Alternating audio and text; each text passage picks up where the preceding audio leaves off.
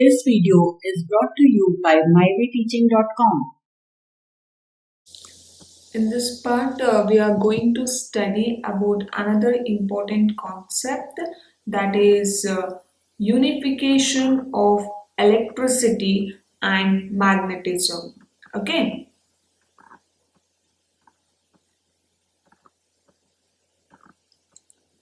See, in olden days, electricity and magnetism were treated as separate subjects.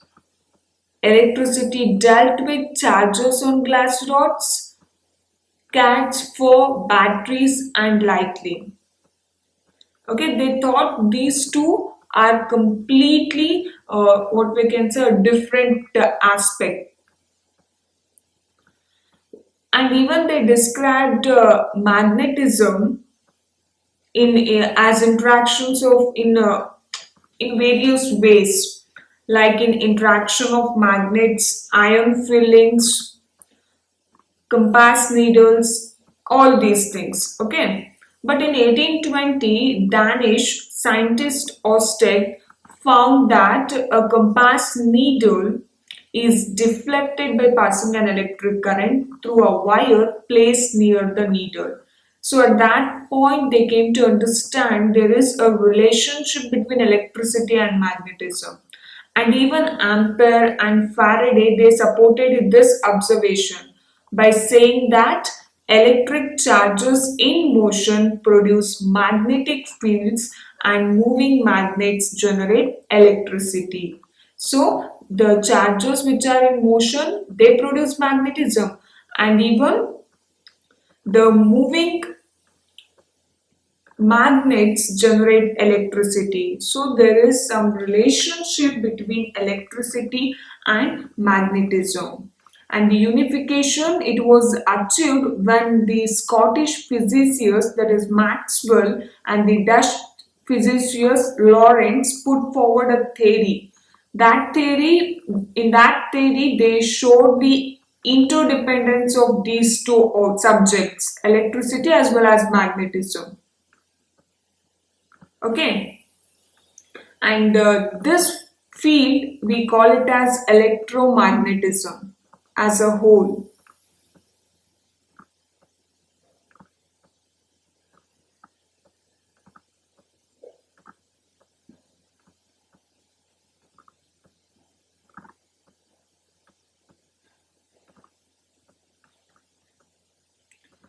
And most of the phenomena occurring around us, it can be described under electromagnetism. Virtually every force that we can think of, like friction, chemical force between the atoms holding the matter together, and even the forces describing processes occurring in cells of living organisms, all these have its own origin in electromagnetic force. And this electromagnetic force is one of the fundamental forces of nature. And even the scientist Maxwell, he put forth the four equations that play the same role in classical electromagnetism as Newton's equations of motion and gravitational law play in mechanics. So similar to those laws in mechanics, Maxwell derived the laws. And even he argued that light is electromagnetic in nature and its speed can be found by making purely electric and magnetic measurements.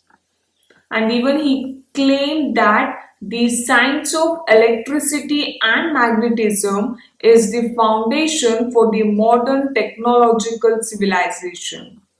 So these two science are very important for the development of technological civilization. That was his view. And even electric power, telecommunication, radio and television, and a wide variety of practical appliances used in our day-to-day life are all based on this principle only. See, the charged particles in motion exert both electric and magnetic forces, because a moving charge will produce magnetic effect around it. in the frame of reference where all the charges are at rest. When all the charges are at rest, the forces are purely electrical. Only if it is moving, it produces magnetic field, isn't it? Yes. And even gravitational force is a long-range force. Its effect is felt even when the distance between the interacting particles is very large, because when we throw a stone, again it comes down to the earth. The gravitational force is very strong.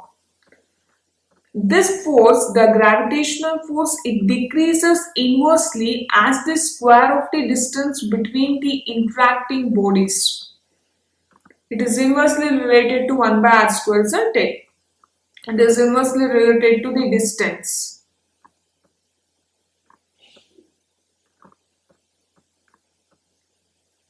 See, a simple apparatus to detect charge on a body is the gold leaf electroscope. In order, if you want to detect the charge on a body, then you can use this instrument, that is gold leaf electroscope. It is called as gold leaf electroscope. It consists of a vertical metal rod housed in a box. You can see a metal rod. It is housed in a box with two thin gold leaves attached to its bottom end. See, gold leaves. So they are attached to its bottom ends. When a charged object touches the metal knob at the top, this is the metal knob.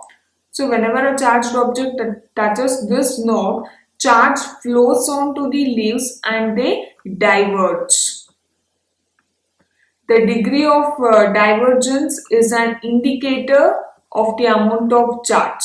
How much that the divergence, the degree of divergence indicates the amount of charge. It is directly related to that. And even we can make a very simple electroscope, as you can see in this figure. This is a simple electroscope. In order to prepare this, you just need aluminium curtain rod with ball ends fitted for hanging the curtain. See, these are the aluminium curtain rod. This one, you have seen this in your homes, isn't it? Which are used for curtains.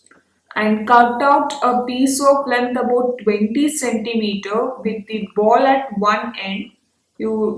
This is the length of this rod must be 20 centimeter, and flatten the cut end. Okay, you just flatten this cut end. Take a large bottle that can hold this rod and cork which will fit in the opening of the bottle. This is the cork and this is the bottle. Make a hole in the cork sufficient to hold the curtain rod. Slide the rod through that hole in the cork with the cut end at the lower side and ball end projecting above the cork. And you just fold a small thin aluminium foil in the middle and attach it to the flattened end of the rod. This forms the leaves of your electroscope, and you just fit that cork and bottle with about 5 centimeter of the ball end projecting above the cork. And you can use the paper scale.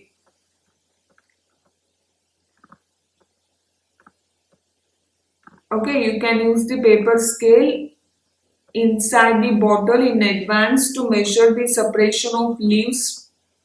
The separation is a rough measure of the amount of charge on the electroscope. Okay.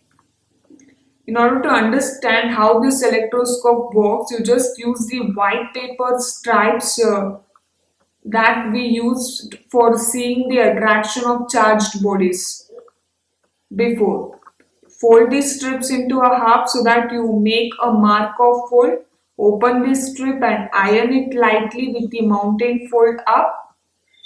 As you can see in this figure, okay, paper strip, you would notice that the two halves move apart This shows that the strip has acquired charge on ironing. When you iron, the two rods will move apart. They reflect, they repel. And when you fold it into half, both the leaves have the same charge. Hence, they repel each other. And the same effect is seen in the leaf electroscope also. On charging that curtain rod by touching the ball end with an electrified body, charge is transferred to the curtain rod and then to the aluminium foil. So both the halves of the foil get similar charge and therefore they repel each other. The divergence in the leaves depends on the amount of charge on them. Okay.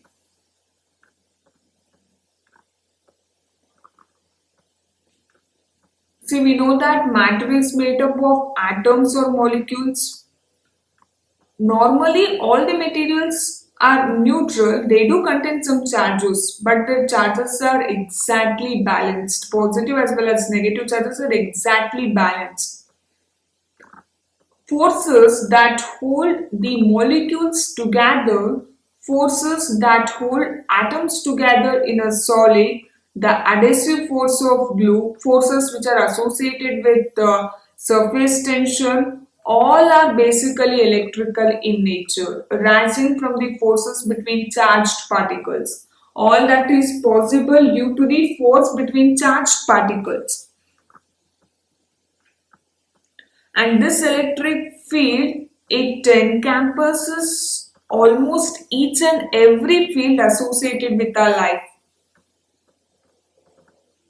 So if you want to electrify a neutral body, when we consider a neutral body and if you want to electrify it, then we need to add or remove one kind of charge from it. See, when we say that a body is charged, we always refer to this excess charge or deflect of charge. In solids, some of the electrons being less tightly bound in the atom are the charges which are transferred from one body to the other.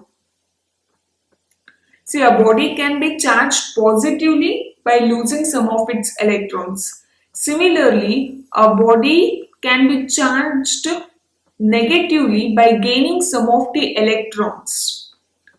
When we rub a glass rod with silk, what happens, some of the electrons from the rod are transferred to the silk cloth. Thus, the rod is losing the electrons and it is positively charged, and the silk gets negatively charged because it is getting the electrons. No new charge is created in the process of rubbing. You just remember this. It's just the transfer, not the addition. And also the number of electrons that are transferred is a very small fraction of the total number of electrons in the material body. It's a very, very less number of electrons that are going to transfer in case of glass rod and silk example. And only the less bound electrons in a material can be transferred from it to the another by rubbing, which means which are very loosely bound. The electrons which are very loosely bound, they'll get transferred easily when we rub.